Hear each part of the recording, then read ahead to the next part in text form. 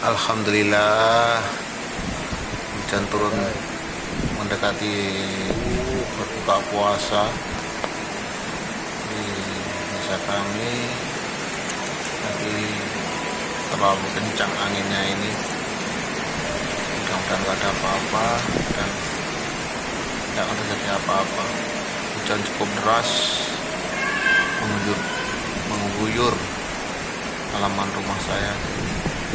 Mantap, semoga hujan ini membawa berkah. Amin amin ya rabbal alamin.